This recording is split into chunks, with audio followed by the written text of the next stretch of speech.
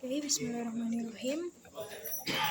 Um, Hello everyone, my name is Andiasin Anissa. In this video, I'm going to make um, made a video about the explanation about 5 questions that given by Mr. Kahar as our lecture in Psycholinguistic course. So I'm a student in State Islamic University Palut bin Wanasar, and I have a task to complete. So I will read the first question and I will answer based by my opinion. The first is, in your opinion, is there any relationship between language and human mind? So my answer is yes, absolutely. There is a relationship or connection that exists between language and human's mind. A concept of truth or thinking is born from a thought process that involves language as a means of thinking. In terms of language skills, a thought concept can be born in the form of speaking and writing as a means language as a means of constructing concept as human thought. The mind map needed for thinking itself is language. The connection between language and human thought is possible because thinking is an attempt to associate words or concepts to teach a conclusion through language. Okay, I will move to the second question is psycholinguistic can be defined as the study of mental representation and process involved in language use. In my opinion, what do mental representation and mental process mean? So my answer is um, mental representation or mental process. We also call as the psychological process. So there is a keyword that what is meant by psycholinguistic, which are the mechanism by which people take in stimuli, read, and behave. The- These are allow us for understanding how humans feel, learn, and interact with one another.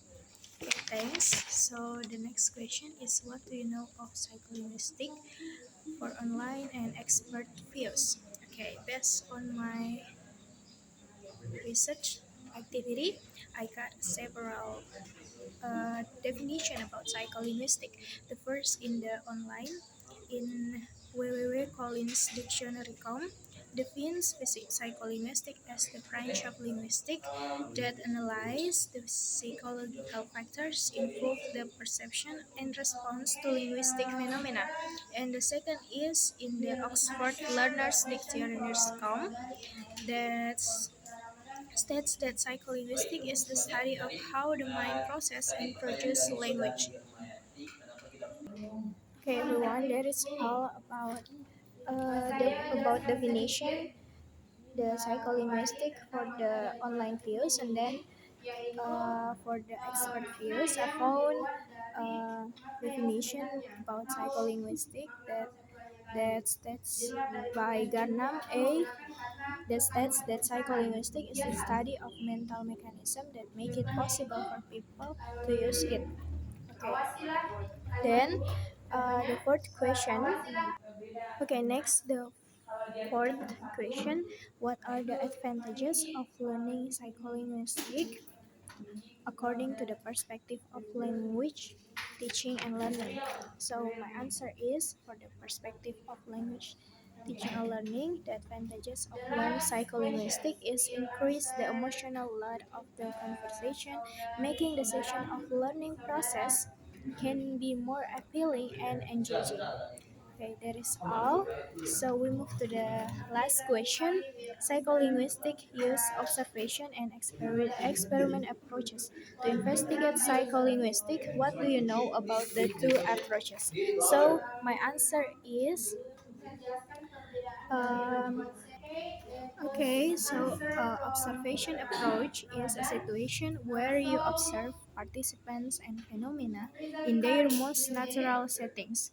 An experiment approach is a situation experiment approach is a situation if we are able to find out how and why something occurs. We need to compare different conditions with respect to their effects on the phenomena under investigation, and that is what experiments are about. Okay, I think that's all for me. Thanks for the attention, and I apologize for all of my mistake. And as I say, wassalamualaikum warahmatullahi wabarakatuh.